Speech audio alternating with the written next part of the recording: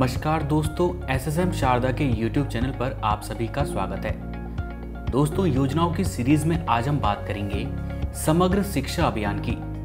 तो चलिए शुरू करते हैं। सबसे पहले इस अभियान का परिचय जान लेते हैं। 24 मई 2018 को तत्कालीन मानव संसाधन विकास मंत्री प्रकाश जावड़ेकर ने इस मिशन की शुरुआत की। यह अभियान प्री स्कूल से कक्षा 12 तक स्कूली शिक्षा की गुणवत्ता में सुधार करने का एक कार्यक्रम है, जिसका उद्देश्य स्कूलिंग में सीखने के समान अवसरों के रूप में छात्रों के लिए स्कूल की प्रभावशीलता में सुधार करना और शिक्षण के समान परिणामों को प्राप्त करना है।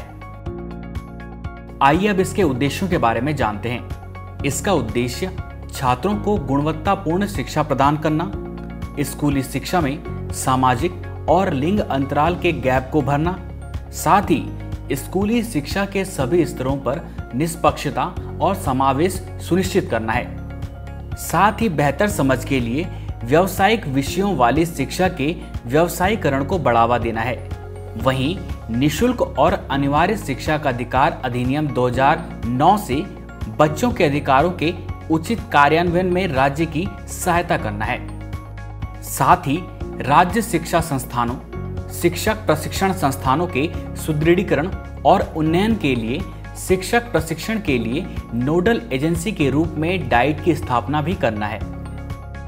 आइए इस अभियान की विशेषताओं पर नजर डालते हैं। इस अभियान की सबसे बड़ी विशेषता शिक्षा का एक समग्र दृष्टिकोण है, जिसके तहत प्री स्कूल से कक्षा 12 तक स्कूली शिक्षा समग्र होनी चाहिए। साथ ही स्तरों में इसका विभाजन होना चाहिए। पहली बार सीनियर सेकेंडरी लेवल और प्री स्कूल लेवल को जोड़ना इस योजना का उद्देश्य है। इस योजना की दूसरी सबसे बड़ी विशेषता है प्रशासनिक सुधार, यानी सुधारों के सामंजस्यपूर्ण क्रियान्वयन के लिए अग्रणी एकल एवं केंद्रीकृत प्रशासनिक संरचना। इस योजना के तहत राज्यों को अपने हस्तक्षेप को प्राथमिकता देने में सहायता के लिए लचीलापन दी गई है। इसके साथ ही एक एकीकृत प्रशासन स्कूल की निरंतरता की देखरेख भी करेगा। इसकी तीसरी सबसे बड़ी विशेषता है शिक्षा की गुणवत्ता। इस योजना का विशेष ध्यान स्कूली स्तर पर शिक्षा की गुणवत्ता में सुधार के लिए 2T यानी टीचर्स एंड टेक्नोलॉजी पर केंद्रित है।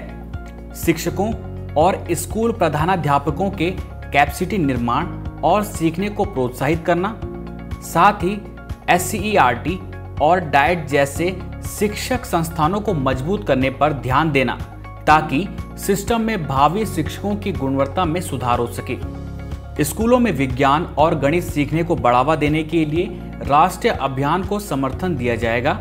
साथ ही प्राथमिक स्तर पर मूलभूत कौशल विकसित करने के लिए बड़े भारत प्रोग्राम को सहयोग देना, साथ ही प्रत्येक स्कूल के लिए 5,000 रुपए से 20,000 रुपए तक के पुस्तकालय अनुदान का प्रावधान करना। इसकी तीसरी सबसे बड़ी विशेषता है डिजिटल शिक्षा संबंधी मुख्य बातें।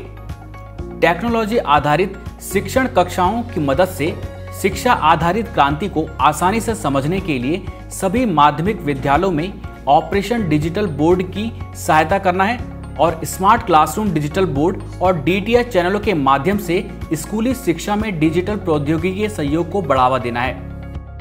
इस अभियान की चौथी सबसे बड़ी विशेषता है विद्यालयों का सुदृढ़ीकरण, यानी कक्षा 1 से 8 तक के सभी वर्गों के बच्चों को परिवहन सुविधा उपलब्ध कराना।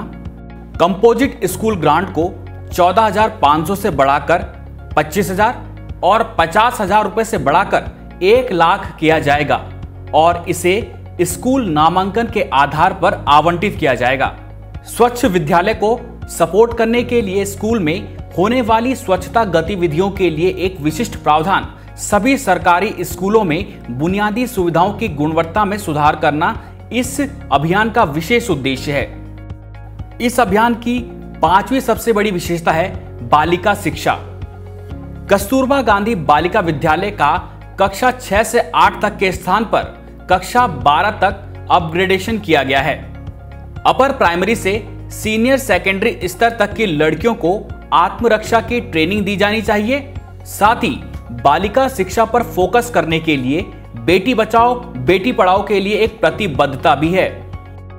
इस योजना की छठी सबसे बड़ी विशेषता है skill development. Upper primary level पर व्यावसायिक कौशल और व्यवहारिक ज्ञान की पहुंच को बढ़ाना है। कक्षा 9 से 12 तक के लिए व्यावसायिक शिक्षा को पाठ्यक्रम के साथ समन्वित किया जाना चाहिए और छात्रों को उद्योग उन्मुख शिक्षा दी जानी चाहिए। खेल और शारीरिक शिक्षा। खेल शिक्षा को पाठ्यक्रम का अभिन्न अंग बनाया जाना चाहिए। खेलों की प्रासंगिकता को बढ़ावा देने, बल देने के लिए प्रत्येक स्कूल को खेल उपकरण उपलब्ध कराए जाएंगे, जिसमें प्राथमिक विद्यालयों के लिए 5,000 रुपये, अपर प्राथमिक लेवल के विद्यालयों के लिए 10,000 रुपये और माध्यमिक और उच्च माध्यमिक विद्यालयों के लिए 25,000 रुपये तक की राशि दी जाएगी। इस अभियान के तहत क्षेत्रीय संतुलन पर भी फोकस किया गया है। नीति आयोग द्वारा निर्धारित क्षेत्रीय रूप से पिछड़े ब्लॉक, LWE प्रभावित जिले, SFD सीमावर्ती क्षेत्र और 117 आकांक्षात्मक जिलों को महत्व देना। समग्र शिक्षा अभियान के तहत केंद्र और राज्य सरकारों के बीच फंड शेयरिंग पैटर्न वर्तमान में 8 पूर्वोत्तर राज्यों अर्थात अरुणाचल प्रदेश, मेघालय, असम, मणिपुर, मिजोरम, नागालैंड, त्रिपुरा और सिक्किम तथा 3 हिमालय राज्यों यानी जम्मू कश्मीर, हिमाचल प्रदेश और उत्तराखंड के लिए अनुदान 90:10 है।